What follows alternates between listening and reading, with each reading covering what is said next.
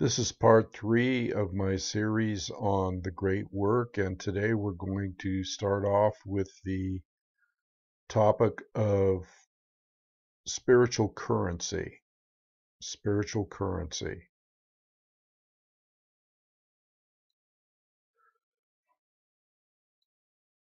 The two spiritual currencies. This is something that you really have to pay attention to. There are two spiritual currencies, and these are time and attention. This analogy can be seen very readily in the sayings spending time and paying attention. Whatever information or endeavors we put our time and attention toward, we end up getting something in return for that investment. This return could come in the form of knowledge, understanding, skills, expertise, and empowerment if we invest our spiritual currencies wisely. And if we are to do this wisely, then we should seek to improve the quality of our attention by placing it upon information that is capable of improving both ourselves and the human condition as a whole. Such an effort would also constitute a valuable investment of our time. We should ask ourselves, what am I spending my time on? What am I paying attention to? And most importantly, what kind of quality am I getting in return for these investments of my spiritual currency? Here's a little illustration that I think might be helpful. How our quality of attention affects our world, okay, in accordance with the principle of correspondence. Again, correspondence is one of the principles, one of the Hermetic principles. On the left, we have what we call a pure information stream here, inputting into the individual and outputting into the world. On the right, we have a poisoned information stream inputting into the individual and outputting into the world.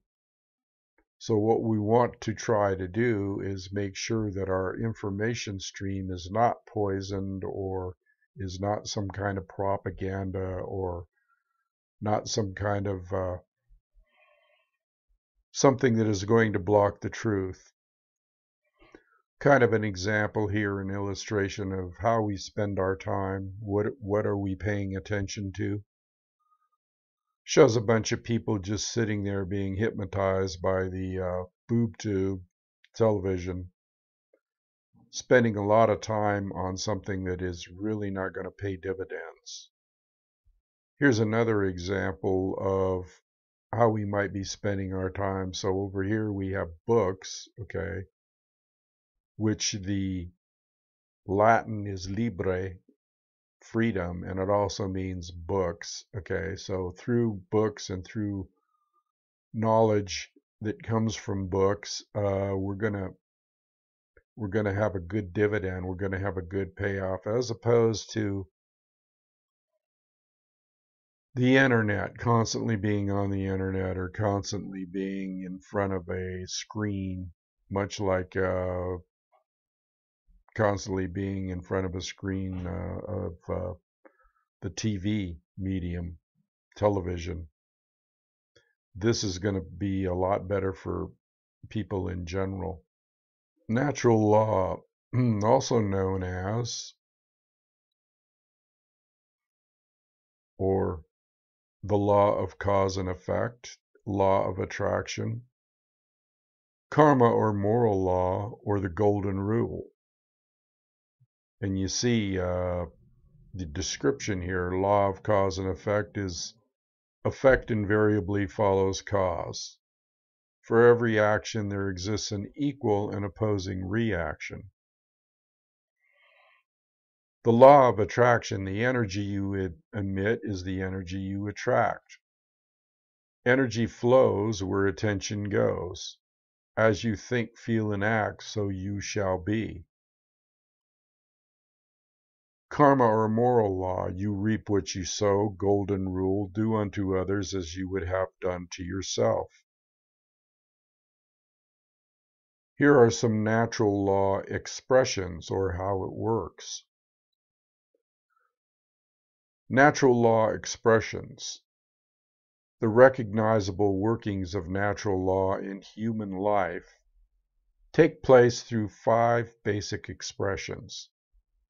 Each of these 5 expressions have a positive and negative aspect, giving us a total of 10 overall natural law expressions. Let's go down the list here. We'll start with expression number 1, which is generative polarity, what we use to create. The positive aspect of that would be love, or consciousness. The positive aspect of the generative polarity is love. In regard to natural law, love should be seen as the expansive force for consciousness. Love is the force which helps us to become open to truth and to expand our awareness. So the negative of this expression would be fear or unconsciousness. The negative aspect of the generative polarity is fear. Fear is the contractive force for consciousness. Fear is the force which influences us to become close to truth, and the force which ultimately shuts down our awareness. The second expression would be initiating expression, how it starts. Positive would be knowledge, acceptance of truth.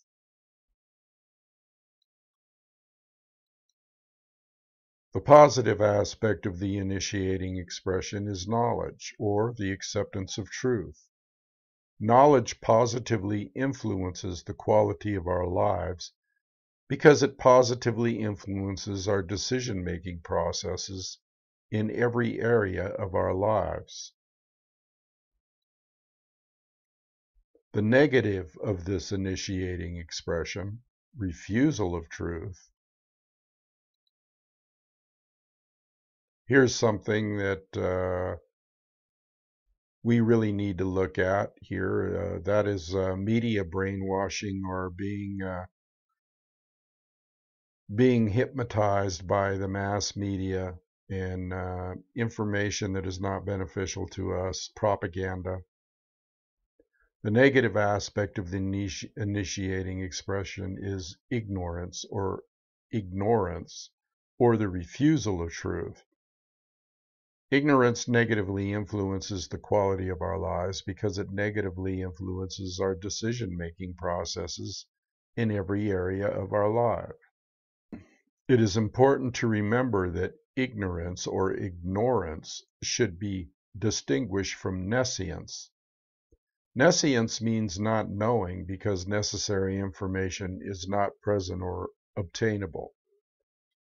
Ignorance, on the other hand, means not knowing even though necessary information is present, because that information has been willfully refused or disregarded. Here's a relevant quote by Thomas Jefferson. If a nation expects to be ignorant and free in a state of civilization, it expects what never was and never will be. Another great quote from Samuel Adams. No people will tamely surrender their liberties, nor can any be easily subdued when knowledge is diffused and virtue is preserved. On the contrary, when people are universally ignorant and debauched in their manners, they will sink under their own weight without the aid of foreign invaders. Socrates, the only good is knowledge, and the only evil is ignorance.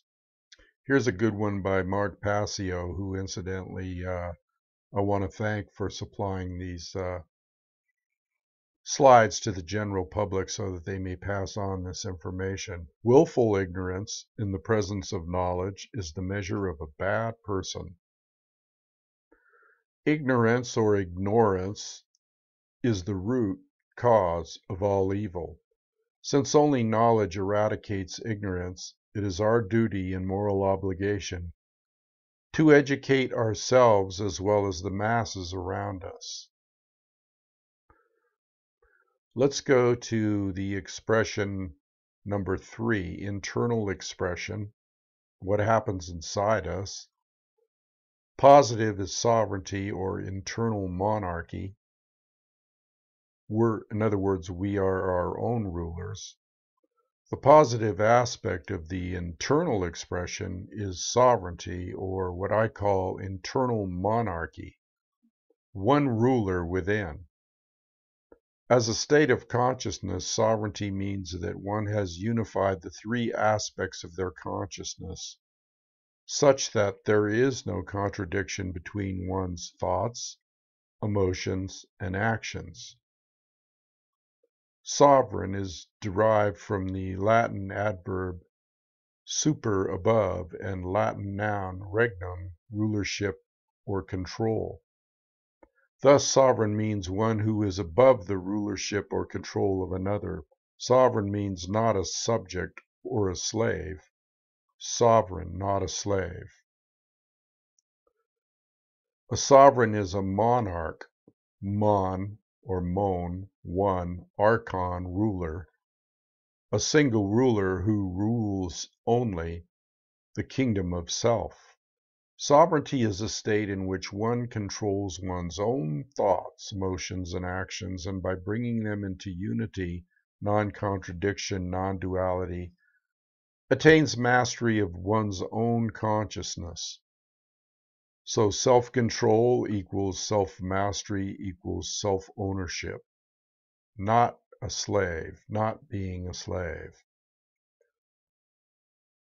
On this third internal expression, or what happens inside us, the negative of that would be confusion or internal anarchy. The negative aspect of the internal expression is confusion, or what I call internal anarchy, no ruler within. No ruler within is not good. No ruler without is good.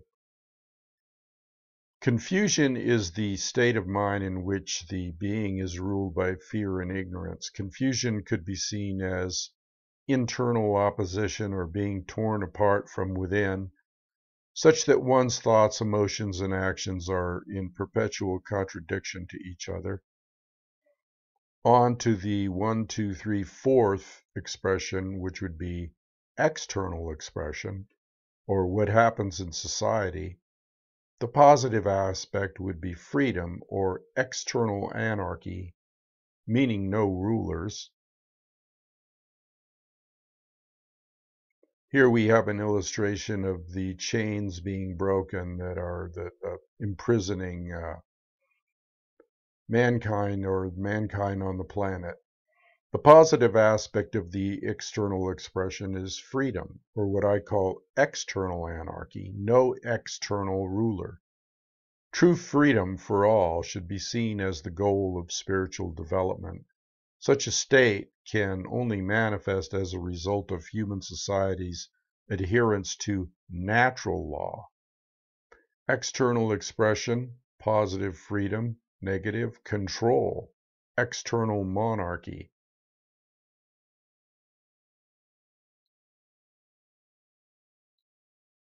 The negative aspect of the external expression is control, or what I call external monarchy, one external ruler.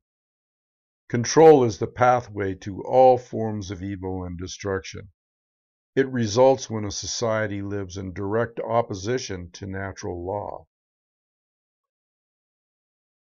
Let's go to the 5th expression, manifestation, the result we create. Order, manifested good would be the positive.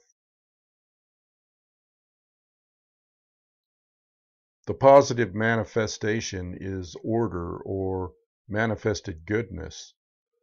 Order represents everything we say we want. Order results only when there is balance or justice, which can only be present when truth has been accepted and our behavior has been brought into harmony with natural law. The 5th manifestation, chaos or manifested evil in the negative. We already looked at the order. Now we're looking at the negative, chaos, in this the results we create. That would be the negative. Here's an illustration of chaos, or everybody grabbing what they can for themselves and not considering their fellow man. The negative manifestation is chaos or manifested evil. Chaos is the exact opposite of what we say we want. Chaos results when there is imbalance and injustice, which results whenever there is ignorance of truth and behavior, which is in opposition to natural law. So in a review of the natural law expressions, if we go down on the positive side, on the as far as the expressions, love, consciousness, knowledge, acceptance of truth, sovereignty, internal monarchy, freedom, external anarchy, order, manifested good. In the negative, we would have fear, unconsciousness, ignorance, refusal of truth, confusion, internal anarchy, control, external monarchy, chaos, manifested evil. Right versus wrong. It's not right versus left, morality. It's not right versus left, as we see the powers to be trying to turn people against each other, right versus left. It's right versus wrong. A deep understanding of morality, principles concerning the distinction between right and wrong behavior, lies at the very heart of natural law.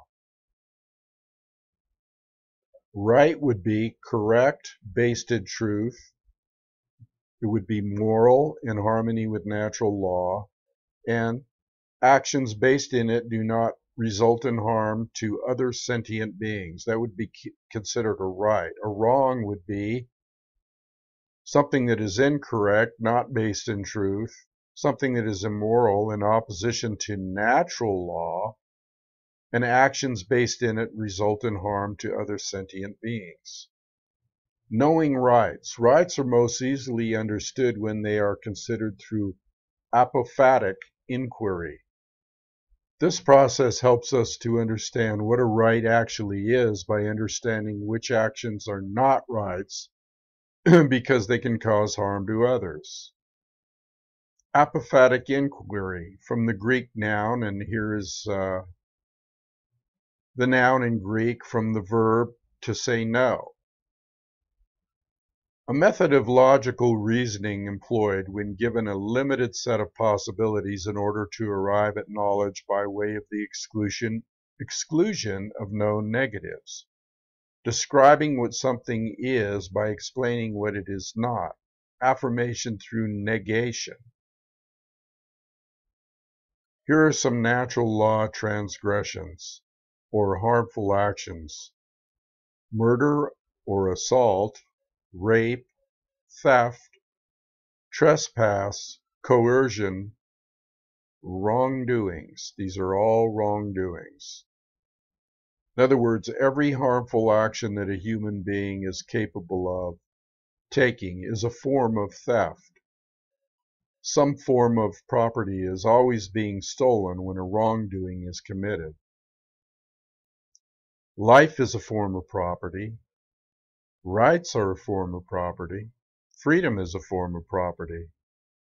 These would all be wrongdoings, all summed up with the word theft.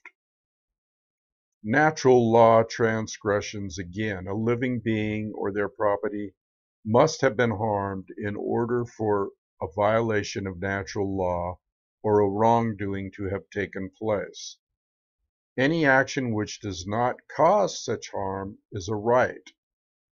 Again, this is very important. No victim, no crime. With that said, there is no such thing as the delegation of a wrong. In other words, if a specific action is not a right for any individual, then that action can be delegated, granted, or licensed, be delegated, granted, or licensed to any other individual or group and magically called a right. That action forever remains a wrong under natural law. I think this is really important, so I'm going to read it again. There is no such thing as the delegation of a wrong. In other words, if a specific action is not a right for any individual, then that action cannot be delegated, granted, or licensed to any other individual or group and magically called a right. That action forever remains a wrong under natural law. Natural law always holds true regardless of a population's belief systems, and this is under the heading of knowing rights. This means that it does not matter how many people agree that a wrong can be turned into a right, or that a right can be turned into a wrong. Such things can never be done in reality. People can only believe that they can claim such reversals and that this will magically make it so, which is exactly what governments do. Unfortunately, most human beings erroneously believe that it is morally possible for them to create and delegate rights which do not exist, or to take away rights which do exist. When in doubt as to whether an action is or is not in harmony with natural law, visualize the scenario of a world with only two people. If the behavior is either a right or a wrong, in that instance it remains a right or a wrong in any size population, regardless of how many people may believe otherwise. Knowing your rights, and this is the visualization of just two people on the planet. If it applies when there's just two people, well, then it applies if there's 1 billion people, or 9 billion, or 8 billion. Let's get into some specifics regarding rights. Taxation is the claim that a group of people who call themselves government, have been given the right to confiscate an arbitrarily chosen percentage of the product of another individual's labor or a form of property. And that would be whether or not the other agrees to share that product voluntarily. Taxation is enforced by the threat of violence, or behavior resulting in bodily harm, or imprisonment, the taking away of physical freedom of movement. If those from whom the product is being seized attempt to resist the confiscation, this practice is always justified, made into a right, by those who claim that such a practice is necessary and required to uphold the common good. If we define slavery as the involuntary confiscation of 100% of the product of the labor of another human being, we can clearly see that there is no magical percentage to which we could lower this number, other than 0, that would no longer constitute slavery. If we're being honest with ourselves, taxation is merely a euphemism for theft, violence, and slavery, the practices upon which it is actually based, since no individual anywhere on earth has the right to claim ownership of the product of another's labor. Such behavior can never be delegated to a group and called a right. Therefore, all forms of taxation are always wrong according to natural law. Let's look at prohibition. Prohibition is the claim that a group of people who call themselves government have been given the right to prevent others from putting any given substance into their own bodies, and if those others refuse to comply with those terms, they will be fined or imprisoned. It should be self-evident that if any individual's body is actually their own property, then that individual always maintains the natural right to decide what will or will not be put into their own property or their body. Understanding this, we can easily see that the claim of the right to command what will or will not be put into the body of another person amounts to a claim of ownership upon the other person's body. The claim of ownership upon another person's body is called slavery, Therefore, prohibition is merely a euphemism for slavery, backed by violence, regardless of the justifications made by those who claim that such practices are necessary for the common good. Since no individual anywhere on earth has the right to claim the ownership of another person's body, such behavior can never be delegated to a group and called a right. Therefore, all forms of prohibition are always wrong according to natural law. And this would be, a good example of this would be telling you you can't smoke cannabis, or another example would be telling you you have to have an inoculation. In other words, either one of those two examples is a way for them to try to take control of your body when that is a violation of our natural law or natural rights. Here's another good one: licenses and permits. Are claims that a group of people who call themselves government had been given the right to prevent others from exercising specific behaviors, even if such behaviors cause no harm to others or their property, unless those others petition, beg, or pay the government for permission to be allowed to exercise those behaviors. This amounts to the claim that rights are merely privileges. You often hear that. Privilege. It's not a right, it's a privilege that may be granted or taken away by government based upon their preference or discretion. Remembering that the definition of a right is any action which does not cause harm to another living being or their property. There is no such thing as the right to stop someone from exercising a right, since rights cause no harm. The claim over the rights of another person is called slavery. Even more so is the claim to be God, the claim that the rights of others flow from you. Therefore, licensing and permits are merely other euphemisms for slavery, regardless of the justifications made by those who claim such practices are necessary for the common good. You always hear that. It's necessary for the common good. That's a cop-out, and who decides that? Each individual has to decide what is necessary for their good. Since no individual anywhere on earth has the right to claim ownership of another person's rights, such behavior can never be delegated to a group and called right. Therefore, all forms of licensing and permits are always wrong according to natural law. Force versus violence. We're going to look at something that is very important here.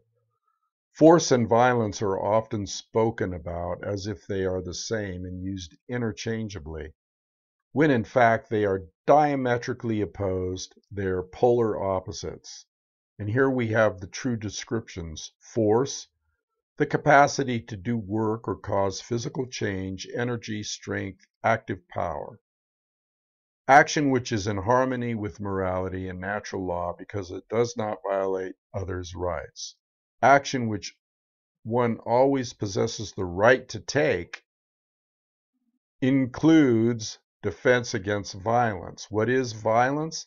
Violence is the immoral initiation of physical power to coerce, compel, or restrain.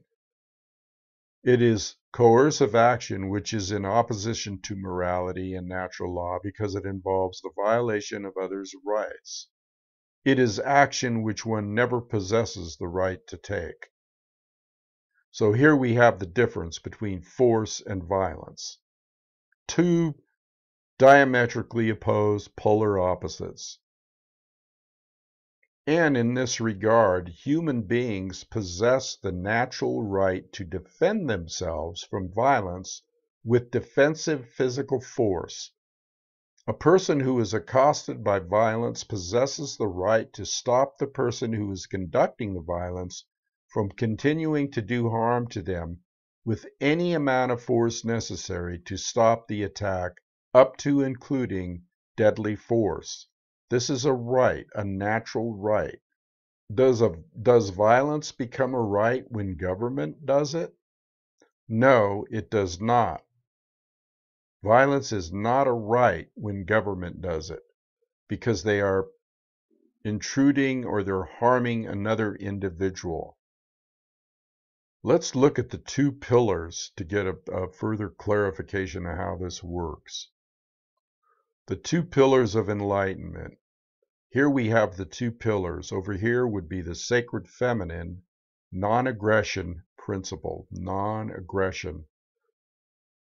This is represented by the chalice or the downward pointing triangle. The first pillar of enlightenment is the sacred feminine principle, also called the non-aggression principle. This principle states, do not engage in violence. In other words, do not immorally initiate non-rightful use of physical power to coerce, constrain, or compel the rightful physical behavior or free will choice of another sentient being. On the left, we have the masculine principle. The second pillar of enlightenment is the sacred masculine principle, also called the self-defense principle. This principle states sentient beings have the inherent right to use force, okay, to defend themselves from violence conducted upon them by another. Sacred masculine self-defense principle. These two work hand in hand. Sacred feminine non-aggression principle, sacred masculine self-defense principle. Remember, self-defense principle is not an aggression. Self-defense principle is a defense against aggression, okay? Okay, people, so I'm going to leave it there today before I go any further here, because I want to try to keep these videos to about 30 minutes. So I will be continuing on with this series called The Great Work, and giving you information about our natural law and our natural rights. So until the next video, I will say adios and stay tuned.